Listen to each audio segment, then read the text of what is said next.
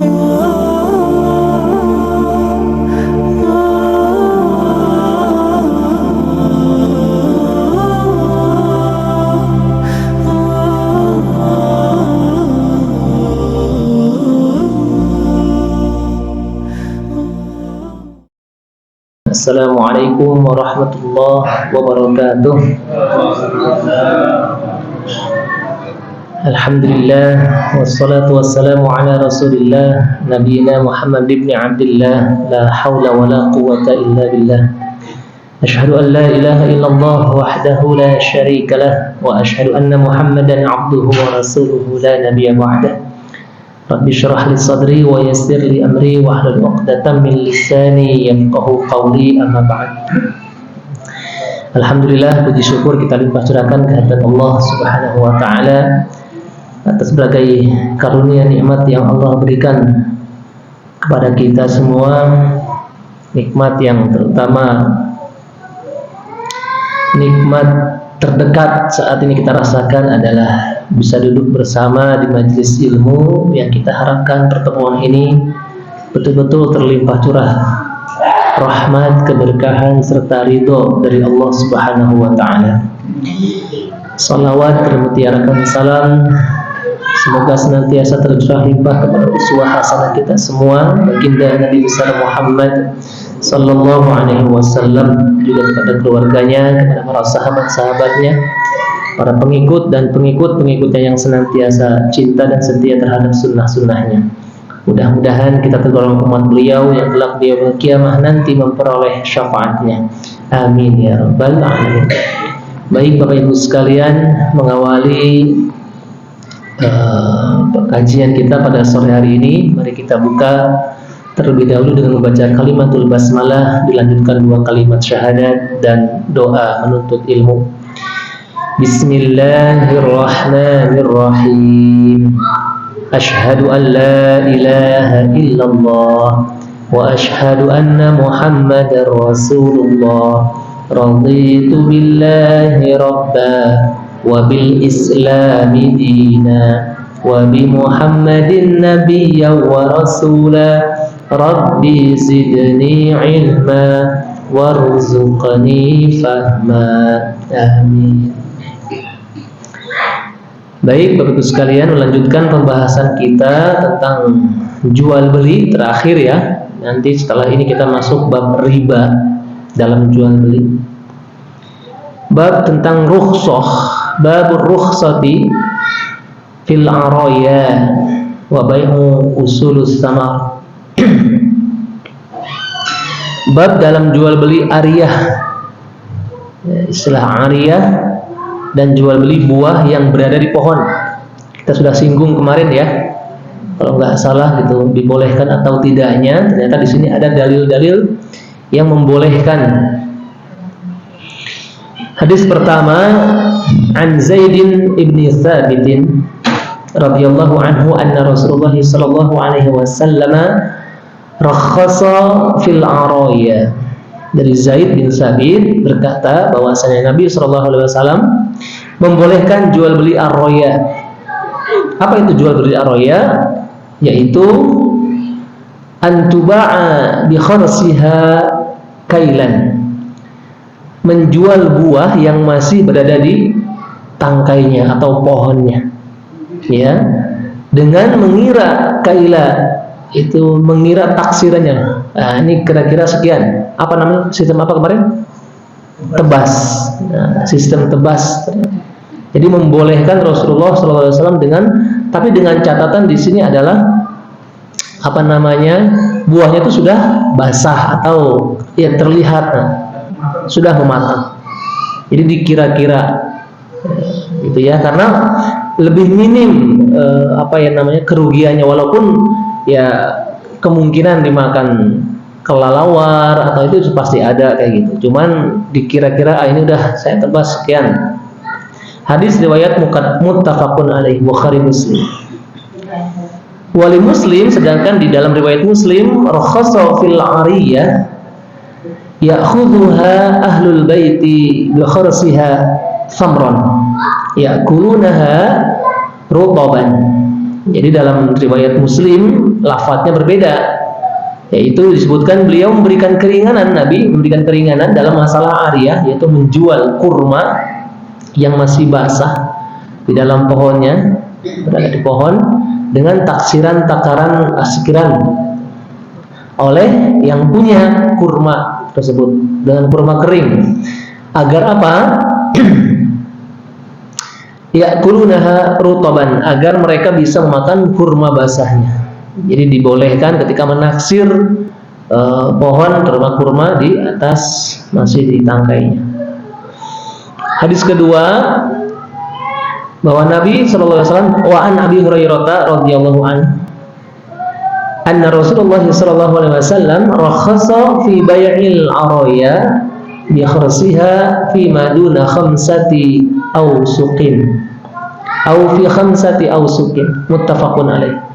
Jadi menjual secara taksiran atau istilah araya, kurma basah yang masih berada di pohon, itu dengan takaran kurma kering, analoginya atau disandingkan dengan kurma kering di bawah 5 wasak. Ya kurang lebih kalau kita 5 kilo kayak gitu lah ya. Atau sejumlah 5 wasak 930 liter. Berapa kira-kira? Belum ada 1 kilo ya? Halo? Lebih? 900? Oh iya. Hadis riwayat muttafaqun alaih.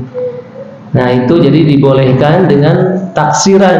Kalau kurma itu yang kering itu sudah dipetik, nah diasumsikan, nah ini kira-kira dengan setara sekian, maka nggak boleh dari 5 wasak atau di bawah 5 wasak harus ukurannya.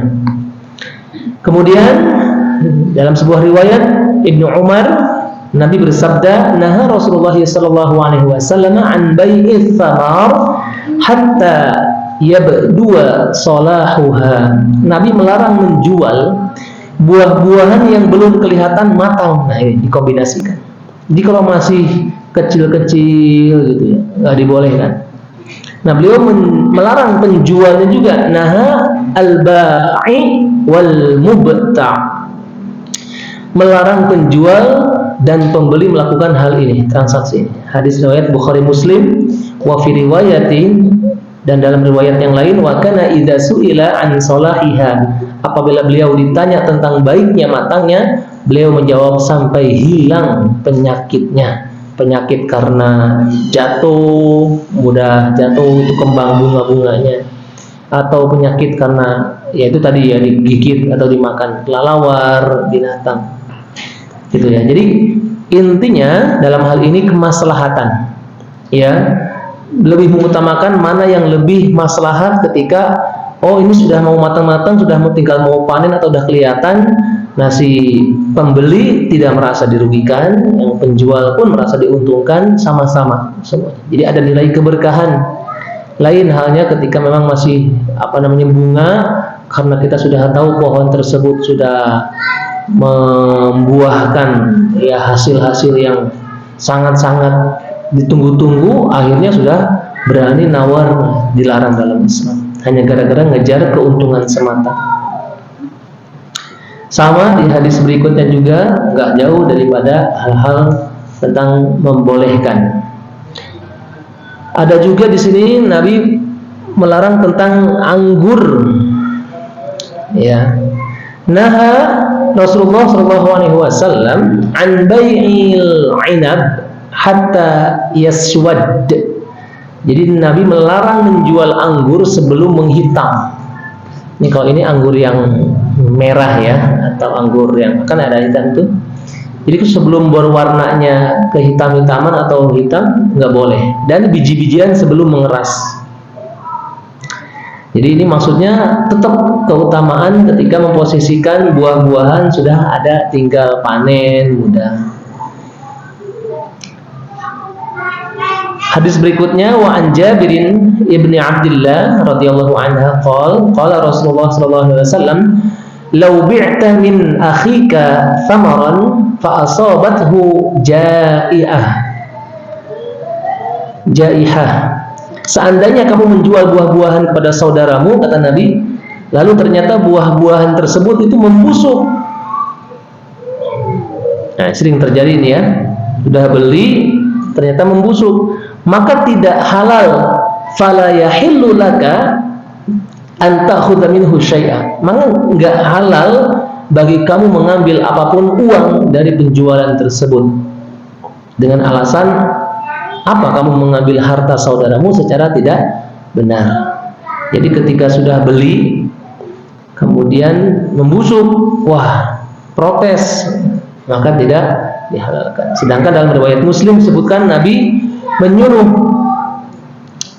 amara biwad'il jawaih, membolehkan, menyuruh untuk tidak mengambil sesuatu dari hasil penjualan buah-buahan yang busuk. Makanya kita kalau jual buah-buahan dipisah.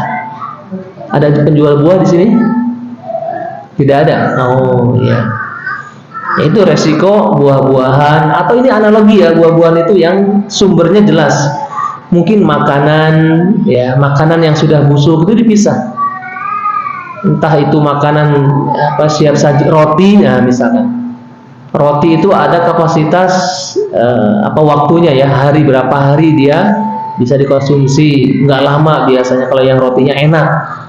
Nah, nanti sudah mendekati ya expired, itu harus segera dipisahkan. Sampai segitunya ya, resiko menjual makanan, buah-buahan ya seperti ini, kita mengejar keberkahan, bukan semata-mata keuntungan saja. Itulah Islam mengajarkan tentang hal jual beli. Coba dari sekian hadis ini kita telaah apa namanya dengan ini ada satu hadis lagi. Ntar satu pertanyaan berikutnya. Ada satu hadis lagi. Wa an Ibnu Umar radhiyallahu anin Nabi sallallahu alaihi wasallam qala man ibta'a nakhlan ba'da nu'abbar.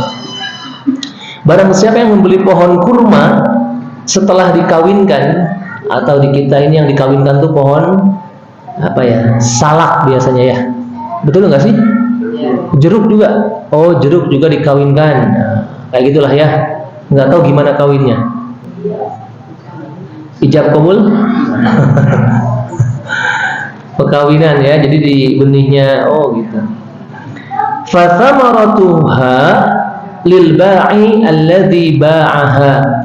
Maka buahnya, kalau misalkan itu beli pohon yang baru hasil dikawinkan, maka buahnya adalah milik si penjual, kecuali illa ayyashtariyatal mubta', kecuali si pembeli mensyaratkan bahwa buahnya nanti menjadi miliknya, itu boleh kan? Jadi secara hak, pohon yang baru dikawinkan, baru mulai proses kayak gitu ya, itu buahnya secara hak itu punya si penjual.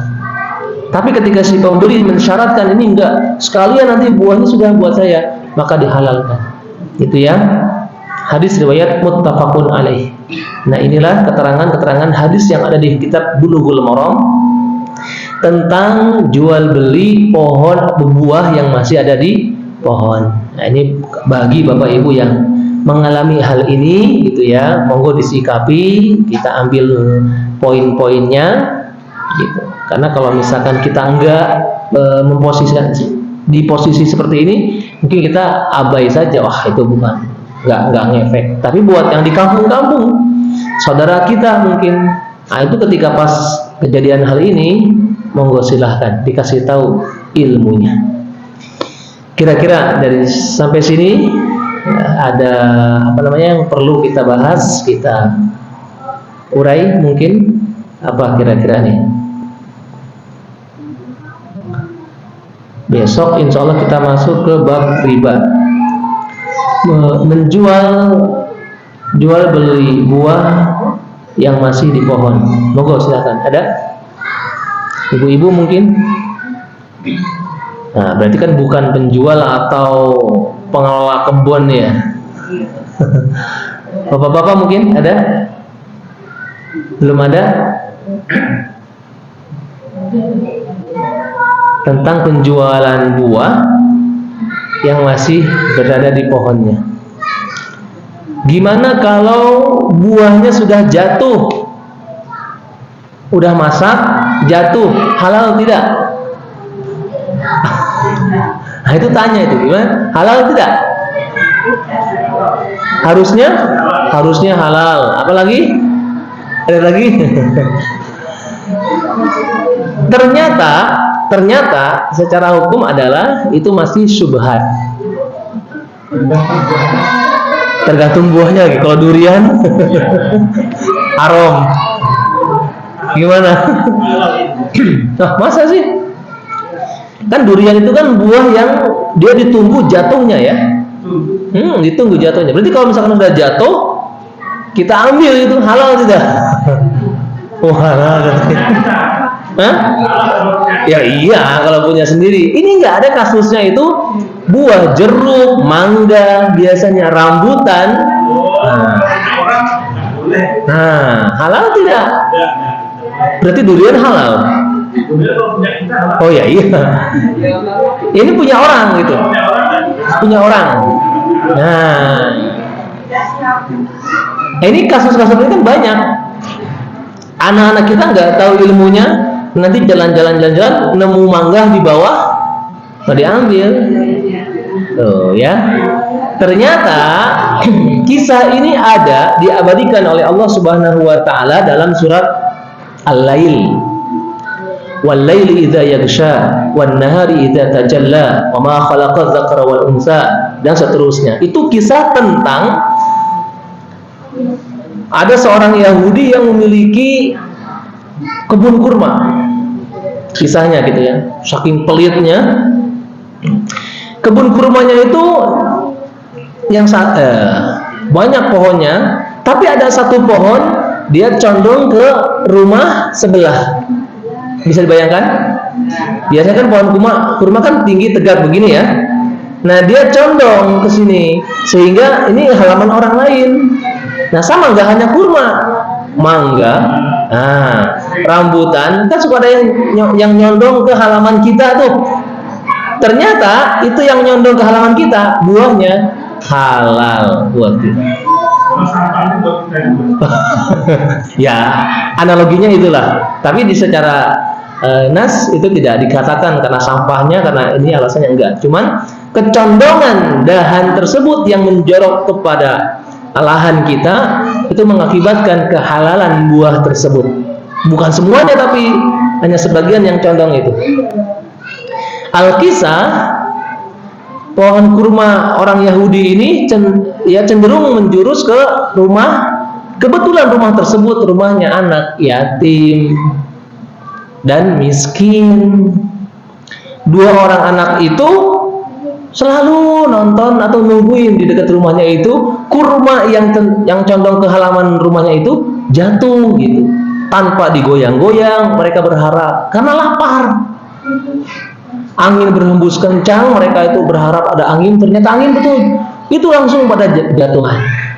Dua orang kakak beradik ini yang yatim ini dia makan. Baru satu makan, petaninya seorang Yahudi ini marah tahu bahwa ini marah sampai dia mendatanginya, itu dibentak anak tersebut. Keluarin sampai yang sudah dimakan di mulut itu, keluarin sini. Disuruh keluarkan. Kan ada tuh ayatnya wa amma man bakhila was tagna fasanuyassiruhu lil usra dan seterusnya. Itu ada di surat Al-Lail. Itu kisahnya bahwa kalau sudah masuk ke halaman orang itu sudah halal. Tapi ini si anak ini udah ngambil dimakan karena saking laparnya, ditaruh di kayak baju gitu di ini. Nah, kayak gitu. Itu dimarah-marahin sama orang Yahudi ini. Dilaporkanlah oleh orang tua si fulan ini ya kepada Rasulullah, bagaimana kisahnya seperti ini. Harusnya halal. Karena orang Yahudi ini beda akidah dengan kita, Nabi langsung ya memaafkan lah istilahnya dalam hal ini. Ya sudah, karena memang tidak mengizinkan si orang ini, Nabi langsung memberikan challenge atau tawaran atau iming-iming, siapa yang bisa membeli pohon kurma ini gitu ya, dan dia dihibahkanlah untuk kaum muslimin atau untuk orang yang punya rumah ini, maka balasannya akan lebih baik. Allah ganti dengan yang lebih baik. Ternyata orang Yahudi ini nggak mau memberikan, menjualnya, saking bakhilnya. Dia memberikan, ditawar lagi sama Nabi, malah maunya apa? Pengen diganti dengan 40 batang pohon kurma yang utuh, yang sempurna berdiri. Biar sulit. Akhirnya Nabi pun memberikan, sampai disampaikan kepada para sahabat, silahkan kalau ada yang bisa, ini nih, nanti akan Allah ganti pohon ini menjadi pohonnya di surganya Allah. Wah, dinobatkan pohon yang udah bengkok kayak gitu. Dulu itu ya kayak nggak ada harganya. Yang bagus tuh yang ini gitu, tegak. Si Yahudi ini merasa pohon kayak gitu aja buat apaan, kayak gitu istilahnya. Nabi tetap serius, silahkan yang bagi yang bisa menebus pohon bengkok ini, maka pohon ini akan menjadi pohonnya nanti di surganya Allah. Terdengar sama Utsman bin Affan kalau nggak salah, ya, dan dibelilah oleh Utsman pohon itu dengan barter 40 pohon kurma yang tinggi-tinggi tegak di kubunya di sana. Akhirnya itu milik Utsman, dan setelah Utsman itu ya menebus pohon tersebut, Utsman berikan, wakafkan, hibahkan untuk kaum muslimin. Nah, setelah itulah pohon tersebut dinobatkan pohon kurma yang kelak akan ada di surganya Allah untuk si yang mempunya, Utsman bin Affan. Itu kisah orang bakhil yang sudah kelewat batas, yang sampai Allah ancam. Di dalam surat Al-Lail itu ada. Nah, jadi kesimpulannya, pohon kurma lah, jeruk lah, apa misalkan ya, terutama rambutan gitu ya, yang menjurus ke halaman kita itu halal secara hukumnya. Tapi ketika misalkan di pinggir jalan jatuh itu pohon-pohon atau buah-buahan, maka hukumnya masih syubhat. Maksudnya masih remeng-remeng syubhat itu antara kehalalan dan keharamannya. Terus gimana caranya? Bilang sama yang punya. Nah, ini nih kasusnya kan, sering kita itu nemu ya udah halal. Nah, bilang sama yang punya. Ternyata efek daripada makanan yang kita ambil, apa saja itu ya, yang kita makan ke dalam perut, itu resikonya besar. Resikonya besar. Makanya dalam bacaan doa mau makan itu ya, Allahumma barik lana fima razaqtana wa qina azabannar. Langsung ngomongin neraka. Padahal mau makan, mau memasukkan makanan ke dalam perut, ada kata-kata wa qina azabannar. Lindungilah kami dari azab neraka. Karena kalau sudah masuk ke dalam perut, itu konsekuensinya neraka. Halalnya itu kalau belum jelas, jangan kita coba-coba. Makanya buat kita bapak-bapak ya, sebagai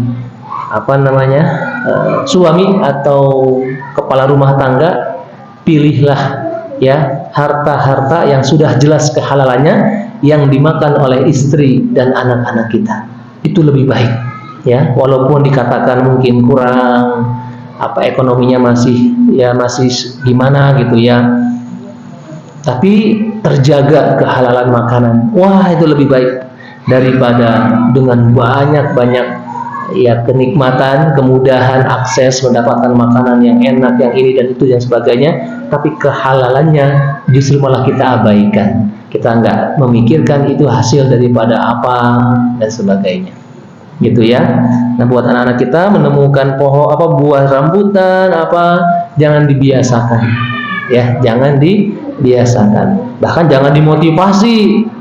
Apa itu nak? Mangga. Dapat dari mana? Itu dekat depan perumahan. Besok-besok lagi ya yang banyak ya. Malah ketawa kamu. Jangan-jangan mengakui itu. Gitu, coba kira-kira ada yang bisa diskusikan? Monggo, siapa? Kira-kira.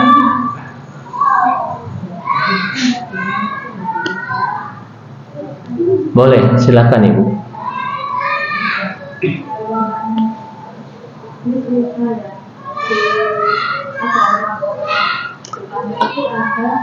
pohon yang banyak buahnya. Oh. Ada tetangga itu kepengen memetik Kosong. misalnya saya dulu aku pikir sih Ya. tapi dulu karena ada bunga itu mau tak mau gitu tapi saya punya itu anak kosong yang punya itu tahunya anak orang kalau orang kan nggak tahu Ya. gimana. Oh ya udah, kalau udah ada kata-kata kehalalan, ya sudah. Ibu. Tapi pastinya kan orang nggak tahu kalau mana itu tinggi besar kan ibunya kalau yang dari itu loh. Nah, kita tuh kan main tapi kepengennya pengen buat itu. Nah itu gimana lah? Loh enggak, itu beliau bicaranya menyampaikannya kepada ibu. Iya. Nah, terus yang ibu khawatirkan apa? Ya katanya kalau kita itu nyolong itu loh. Orang lain. Oh, jadi ngomong ke tetangga, Tetangganya kan kepengen. Tapi yang dulu kan yang ngomongin jarang. Oh, nggak apa-apa, bilang aja. Pernah yang punya menyampaikan boleh ambil saja, Bismillah gitu aja. Beliau mungkin nggak tahu kan, mungkin hanya khusus ibu gitu loh ya. Kecuali yang lain jangan, ya kan enggak kayak gitu. Ya, kalau memang kosong termanfaatkan si ibunya. Kalau mau ngambil aja ya nanti misalkan gitu ya. Lebih bagus lagi ibu rawat pohonnya. Loh ya iya, jangan cuman manennya aja semangat. Ini serius. Ada kasusnya seperti itu, tanah biasanya ya. Kalau nggak pohon tuh tanah. Monggo dipakai aja karena dia orang kaya, tanahnya itu dipakai buat masyarakat, kadang buat sepak bola dan sebagainya atau mainan anak-anak. Dimanfaatkan oleh RT atau apa, silahkan dipakai aja. Walaupun nanti sewaktu-waktu saya mau pakai ya harus ini gitu, misalkan. Nah itu sah, halal kayak gitu. Ya memang segala sesuatu lebih bagus lagi ketika ada hitam di atas putih, lebih bagusnya. Cuman kan dalam hal ini mungkin orang menganggapnya hal sepele. Udah ambil aja kalau mau. Nah, rumahnya kosong, nggak ada. Bukan berarti kita harus khawatir. Kalau nggak halal. Kalau udah ada satu kalimat itu, apalagi ada saksi ya udah halal. Cuman yang jadi kita khawatirkan tuh ketika ibu misalkan khawatir kehalalannya itu tidak utuh. Nah, maka lebih baik dihindari kalau memang ini. Walaupun dibolehkan, lebih baik kita cari yang lebih jelas lagi kehalalannya. Walaupun tadi sudah sah sebetulnya. Gitu. Boleh Bu ya, dipanen aja semuanya kalau bisa. Terus ibu bagi-bagi kan gitu. Kan gitu caranya loh ya. Lebih simpelnya ibu panen semua, bagi-bagi ke tetangga. Ibu sudah sah langsung dari yang punya, halal, dan ibu juga dapat pahala sedekah. Oh ya iya. Tapi yang punya bukan saya. Ya iya, kan ibu yang di ultimatum dibolehkan. Ya jangan lupa saya bagi. Enggak. Ada lagi yang lain mungkin? Kira-kira dalam hal apa nih? Seringat yang saya cerita, memisahkan buah yang busuk sama yang bagus. Iya. Ini pengalaman Ustaz, yang harus orang berhati-hati. Pernah pedagang nakal, dia itu bukan hanya memisahkan Ustaz, malah kita berpilih yang bagus, dia kasih yang busuk. Itu harus hati-hati. Jadi misalnya nimbang sekilo misalnya, cukup sekilo. Dia ganti misalnya sama kecil, dia masuk lagi, dia ambil yang busuk. Yang bagus kita dia keluarkan sampai nanti tidak bisa yang busuk semua saat dia keluar. Nah itu harus ada. Iya. Banyak di sini beragam buah yang nakal. Wah, yang benar ini. Wah, yang harus hati-hati yang benar ULD. Itu harus hati-hati dia kalau buah yang busuk itu bawah pertimbangannya. Hati-hati. Ini ada di sini. Ada pedagangnya di sini ada. Belanja dekat di sana harus hati-hati. Pedagang buah nakal. Jadi kita bisa beli apel, dan bagus-bagus misalnya 7, tidak cukup sekilo misalnya. Misalnya kurang dikit sama dia diganti. Lama dia kan ganti lagi. Kita busuk semua dia. Ya ini mungkin. Jangankan untuk memisah yang bagus dengan yang busuk. Barang busuk jangan kasih. Banyak yang pedagang nakal. dan trik seperti itu. Nah, kalau memang ada, ya na'udzubillahnya itu perbuatan zalim dan kita ya husnuzon, mungkin dia belum tahu ilmunya atau belum ikut pengajian di Firdaus. Tapi ya itu masuk kategori kezaliman ya, disinggung dalam surat Al-Mutaffifin. Perubahan takaran timbangan. Nah, ini penggantian ke yang busuk. Itu zalim, sangat-sangat zalim gitu ya. Enggak dibolehkan dalam Al-Qur'an, yaitu perbuatan dosa. Kenapa? Karena khianat. Ya? Dosa. Khianat. Itu tantangannya jadi pedagang itu seperti itu. Kejujurannya diuji, ya. Kesabarannya diuji, nungguin pelanggan. Kalau nggak sabar, wah dia cari cara untuk bagaimana ada penglaris. Datang ke kuburan datangin apalah, nggak sabar. Karena iri dengan pedagang yang lain kok rame yo. Kayak gitu. Pedagang itu kan salah satu rezeki yang kehalalannya itu sangat-sangat utama. Jadi berdagang, makanya Rasulullah SAW diutus untuk menampilkan tentang akhlak dan Islam dan sebagainya dengan cara salah satunya istilahnya adalah berdagang. Karena dari 10 rezeki yang turun dari Allah turunkan dari langit, itu 9-nya dari perdagangan. Ya, 9%-nya atau 9 poinnya. Dari 100%, 90%-nya itu harta yang halal ataupun barokah itu dari cara berdagang. Makanya kok perdagangan zaman sekarang itu ngeri. Ada orang dagang pulsa, apakah murni itu? Enggak. Orang dagang jasa, apakah murni itu semuanya? Enggak. Banyak siasat, banyak triks.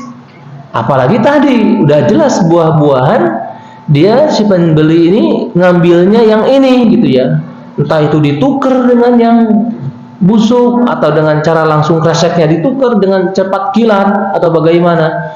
Intinya hal demikian sudah masuk kategori perbuatan zalim. Ya gitu. Ibu gimana? Saya mau nanya, kalau misalnya itu jualan misal kayak di Indomaret atau Alfamart gitu ya, biasanya ada model kayak bisa bila belanja 200.000 bisa tebus sesuatu dengan harga murah, atau kalau enggak beli dua gratis satu itu boleh nggak sih? Sah-sah saja selama tidak khianat dalam arti di situ menipu harga. Itu kan hanya istilahnya trik promo. Sah-sah saja, boleh. Beli 2 dapat 3. Ya beli 2 dapat 3. Bukannya dapat 1. Ya, beli 2 gratis 1. Beli 2 gratis 1 mungkin gitu ya. Sah-sah saja. Tidak masalah. 200.000 dapat potongan harga atau cashback apa gitu ya. Itu tidak masalah. Itu hanya trik cara untuk marketing ya, dan itu dihalalkan selama tidak menyelisihi misalkan ada yang cacat dari transaksi gitu ya. Boleh. Sah-sah saja dan tidak mengambil keuntungan satu barang ini lebih dari 100% gitu ya. Nggak boleh. Kecuali jasa. Kalau jasa itu dibolehkan 100% itu. Karena ada ongkir lah, ada biaya perjalanan lah, ada apa kayak jasa itu boleh, dibolehkan. Tapi kalau sudah barang, buah, apa saja itu barangnya harganya sekian, enggak. Nah makanya lebih afdol lagi ketika Nabi mencontohkan barang dagangannya dari Khadijah, dari Siti Khadijah itu misalkan 100.000 rupiah misalnya, itu Nabi tidak menghitung, mengukur ataupun mengakumulasi dengan biaya perjalanan beliau menempuh dari Mekah ke Syam dan sebagainya. Yang ada Nabi itu ketika ditawar, ini berapa kain ini? Harganya sekian. Kok mahal? Nah, kejujurannya diuji. Kira-kira berapa menurut jenengan? Monggo silahkan. Boleh kayak gitu. Ya berapa? Pasnya berapa? Gini aja. Saya ini ngambil kain dari ibu Siti Khadijah, itu harganya 75.000. Nah, coba sedangkan mau beli berapa? Yang penting saya ada untung. Nah, kayak gitu. Yang penting saya nanti ada untung gitu ya.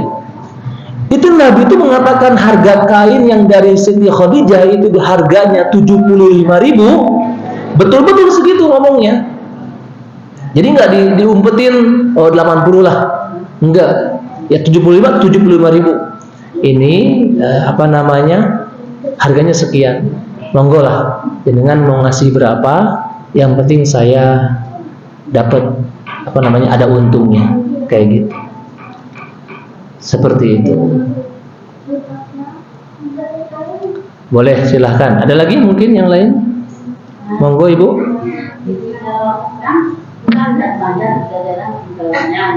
Lihat apa? Mangga. Oh, mangga. Kadang-kadang dimakan ayam kan, daripada dimakan ayam kita ambil.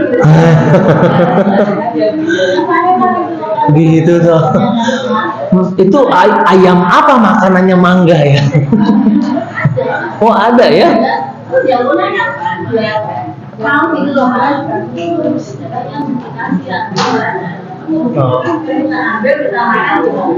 Berarti ibu iri sama ayam, padahal itu rezeki ayam ya. Kenapa harus iri? Eman daripada makan sama ayam? Loh, Allah arahkan berarti itu rezeki buat ayam. Kenapa kita harus iri dengan ayam?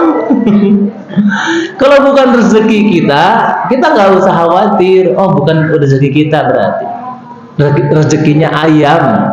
Kayak gitu. Jangan dikatakan eman, jangan dikatakan ya daripada sama ayam. Ya justru ayam tersebut ya lebih halal karena dia tidak kena hukum. Ayam ini misalkan makan punya orang tadi ya, wah haram nih, besok ayam diazab di neraka. Enggak ada. Kita ini yang bermasalah ataupun yang kena sanksi hukum halal haram dan sebagainya itu, ya kita lah ada konsekuensi. Nah, maka kalau bisa dihilangkan ya iri terhadap ayam. Waduh, kucing aja itu pakai kalung ya. Masa saya enggak? Ya jangan. Gitu. Jadi intinya buat kita mangga buah yang itu jatuh ya, sebelum kita minta kehalalan dari yang punya, jangan kita coba-coba mau makannya. Gitu aja. Ya. Masih ada lagi yang mau ngambil mangga orang? Gitu. Gimana, Bu? Iya, alasan apapun mangganya, enak lah mangganya, gimana lah, atau kita pas lagi pengen mangga lah, lebih maslahat, lebih enak, bilang aja, nggak malu kok, Bu, minta mangganya ya, dihalalin ya mangganya ini. Oh, boleh ambil aja sesukanya, bawa karung. Itu pengalaman soalnya.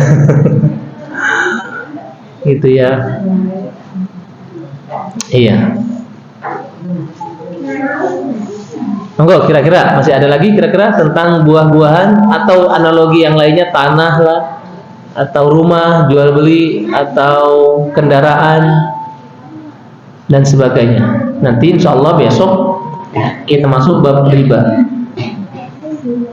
karena masuk transaksi muamalah itu nggak akan lepas dari yang namanya ya ini warna riba. Ada riba enggak kayak gitu, gitu ya. Entah namanya apa, bunga lah, atau ziyadah tambahan lah, atau ya pemulus lah, atau apa lagi ya, pelicin lah namanya, pelancar lah. Nanti akan kita bahas dalam pertemuan yang akan datang tentang praktek jual beli itu biasanya nggak akan lepas dari yang namanya ribawi. Begitu. Ada lagi kira-kira terakhir satu lagi mungkin pertanyaan, monggo Ibu.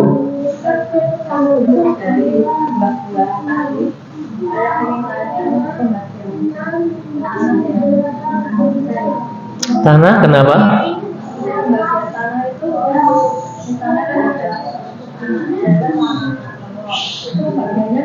Oh, pembagiannya ya tergantung. Kalau berapa anak semuanya itu pembagiannya waris. Nah kalau itu ya, kalau itu dalam ilmu waris. Kalau anak perempuan itu pasti lebih sedikit lah. Anak laki-laki setengah dapatnya kayak gitu. Tergantung anak laki-lakinya ada berapa, perempuannya ada berapa. Nanti akan ketemu 1/8 kah? Kayak gitu ya. Ibunya masih ada atau tidak. Kalau ilmu waris itu ada rumusnya. Jadi nggak bisa kita patok misalkan, oh nanti dapatnya sekian. Kalau misalkan itu dinominalkan kayak gitu. Intinya 1/8 sih. Perempuan itu lebih sedikit. Ya, masalah tanah ya. Tapi kalau umumnya sekarang bagi rata, kalau umumnya sekarang jangan mempergunakan hukum waris Islam. Itu dia ujian. Itu ujian di akhir zaman. Harus dulu ikut apa namanya ditunaikan syariatnya, ketentuannya. Nanti iya haknya dipenuhi dulu. Gitu ya. Masalah nanti si kakak laki-lakinya memberikan sedekah kepada adik perempuannya, nah itu urusan dia. Gitu ya. Jadi bukan memaksa di awal untuk disamaratakan. Walaupun kasus itu banyak terjadi ya, padahal nggak boleh. Ya, tetap. Bagaimana kalau kasus itu bukan waris kan? Apa? Warisnya itu masih hidup. Jadi sebelum dia meninggal dia bagi. Iya. Ya sama, harusnya diutamakan dia tetap mengedepankan. Kalau waris kan kalau dia udah meninggal, itu namanya wasiat. Kalau dia belum meninggal, dia masih hidup, dia udah bagi. Udah bagi. Ya, sama, boleh, sah. Boleh kan? Boleh. Dan itu nggak masuk hukum waris ya, Ustaz? Tidak, wasiat nanti jadinya. Bukan, tapi kalau dia bagi saat surat dia hidup, anaknya dia kasih ini itu, saya rasa menurut itu mungkin malah bisa. Lebih. Ya kan waris itu kan karena masuknya ketika meninggal dunia sebelum dibagikan. Ya. Jadi maksudnya kategori harta gono gini. Ya, iya. Kalau waris ada ahli waris, ada yang warisnya. Iya. Tapi kalau dia masih hidup, okay. Iya, itu maksudnya kategori nanti entah itu hibah, entah itu pemberian, ataupun namanya itu kayak wasiat. Nah ini pokoknya perusahaan ini buat yang ini. Nah, itu lebih maslahat selama dicantumkan hitam di atas putih, dikuatkan. Karena selama masih hidup, selama tidak ada ikut campur, karena itu yang bahayanya. Ayahnya lebih cenderung. Hukum waris itu memang harus, kalau menurut saya memang harus masuk waris Islamnya, dan itu sekarang banyak tidak dilaksanakan. Iya, ya yang penting bukan kita gitu aja lah. Ya, kalau ada orang lain, yang penting bukan kita. Jadi yang penting ya, jadi jangan menjustifikasi orang, nah itu tuh, jangan. Karena memang itulah pentingnya ilmu pengetahuan agama untuk mensiasati agar kita betul-betul memiliki harta, kekayaan, fasilitas itu halal dan thayyibnya jelas. Karena akan ada konsekuensi akhirat, gitu aja. Oh terakhir boleh?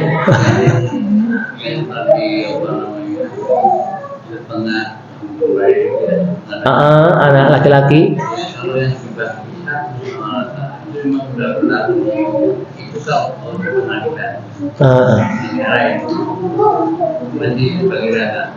Masih.